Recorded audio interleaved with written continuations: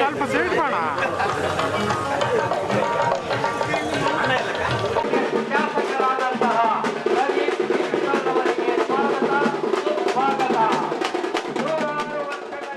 ಚಿಕ್ಕಬಳ್ಳಾಪುರ ತಾಲೂಕಿನ ಪೇರಿಸಂದ್ರ ಗ್ರಾಮದ ದಲಿತ ಸಮುದಾಯದ ಜನರಿಗೆ ಸ್ಮಶಾನ ಇಲ್ಲದೆ ಪರದಾಡುತ್ತಿದ್ದರು.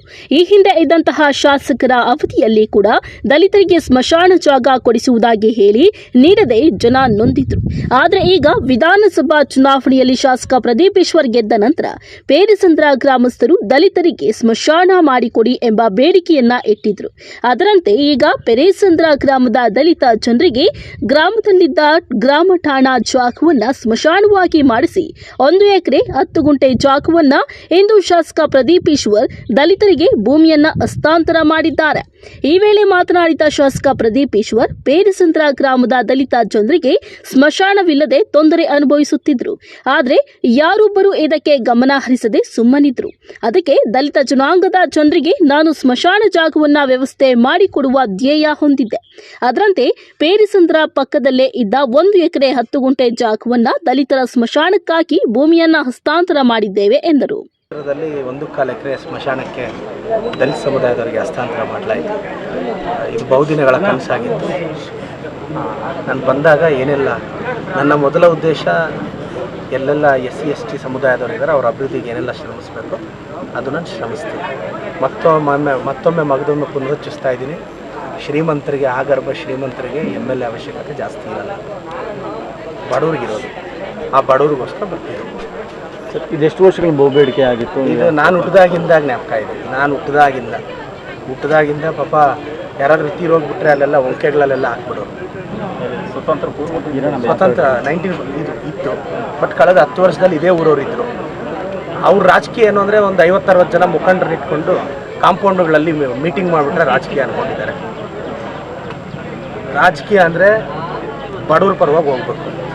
ನಾನು ಅವ್ರ ಥರ ಏನೂ ಮೀಟಿಂಗ್ಗಳು ಮಾಡಿಲ್ಲ. ನಮ್ಮೂರಿಗೆ ಮೊದಲನೇ ಸಲ ಬಂದಾಗಿ 10 ಕೋಟಿ ರೂಪಾಯಿ ಅನುದಾನ 1.25 ಎಕರೆ ಸ್ಮಶಾನ ಜಾಗ ತೊಗೊಂಡು ಬಂದಿದ್ದೀನಿ ಅಲ್ವಾ. ಇದಕ್ಕೆ 100 ಮೀಟಿಂಗ್ಗಳು, ಬಿಲ್ಡಪ್ಗಳು, ಸಭೆಗಳು, ಇದು ಅವ್ರ ರಾಜಕೀಯ ಸ್ಟೈಲ್, ಇದು ನನ್ನ ರಾಜಕೀಯ ಸ್ಟೈಲ್.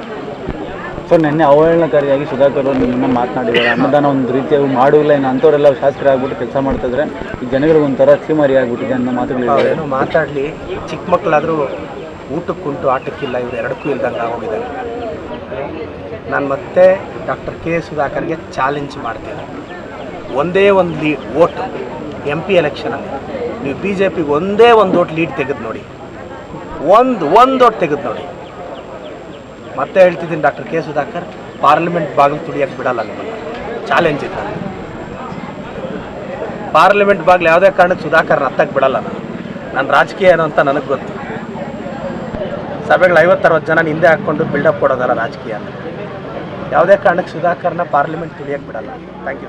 ಇನ್ನು ಇದೇ ವೇಳೆ ಪೇರಿಸಂದ್ರ ಗ್ರಾಮದ ಸುತ್ತಮುತ್ತಲಿನ ಗ್ರಾಮಸ್ಥರು ತಮ್ಮ ಅಹವಾಲುಗಳನ್ನು ತಂದು ಶಾಸಕರಿಗೆ ಕೊಟ್ಟು ತಮ್ಮ ನೋವನ್ನ ಹಂಚಿಕೊಂಡರು.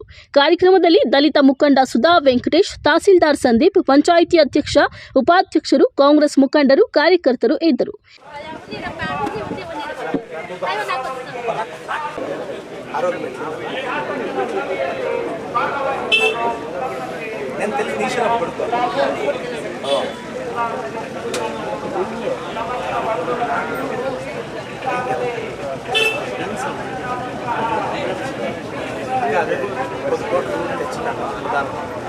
రోడ్లు చరండిలంతా నీటి శ్మశానం చాలా ఇంకా లెక్క